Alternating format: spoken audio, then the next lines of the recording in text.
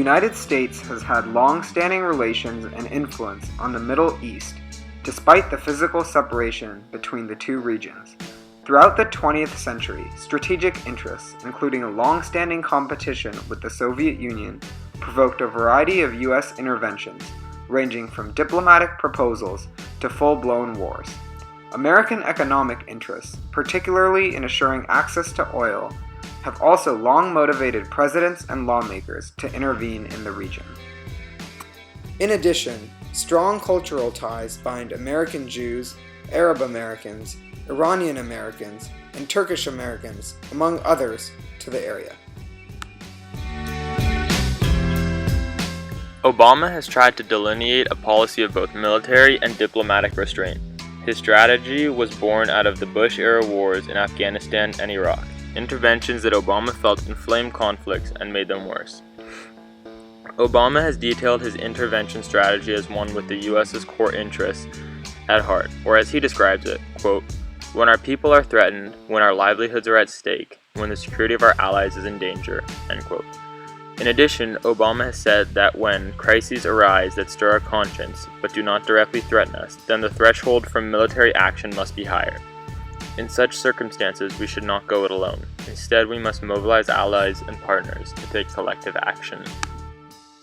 Imagine if in World War II, FDR decided to declare war solely on the Nazis' SS. Instead of focusing on the Japanese, Hitler, or the Nazi Party, the US's policy is to defeat only the SS because of their horrific acts of genocide. This approach clearly wouldn't have worked in World War II, yet it is similar to what the Obama administration is doing today, focusing exclusively on the Islamic State.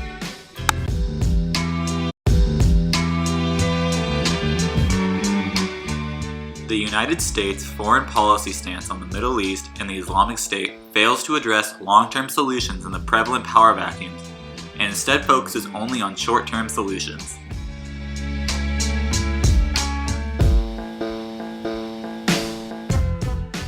The Islamic State and their murderous jihadists are only one symptom of a large problem in the Middle East. The real problems stem from the failure of the post-World War II Arab state system, which has produced state collapse, power vacuums, and civil wars, such as those raging in Iraq, Syria, Libya, and Yemen. These wars have now spilled over onto their neighbors in massive refugee flows, terrorism, widespread radicalization, cross-border violence, economic dislocation, and the specter of a region-wide Sunni-Shiite conflict.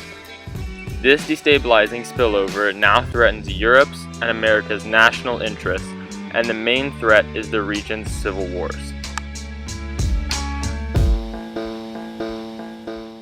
Such conflicts invariably spawn extremist groups like ISIS and Al-Qaeda. ISIS was born after a civil war broke out in Iraq. The group was brought to the brink of extinction when the US finally succeeded in ending the Iraqi Civil War of 2007 to 2010, only to escape and revive when neighboring Syria slid into civil war in 2011. ISIS and Al-Qaeda have since grown and spread across the region, but effectively only to states in civil war or on the brink: Syria, Yemen, Libya, Mali, Somalia, Egypt, and once again, Iraq. As long as the civil wars burn on in the Middle East, the conditions that led to ISIS's emergence will still exist and new radical groups will emerge to replace it. The key to slowing down the terrorist groups is ending the civil wars and establishing long-term peace in states.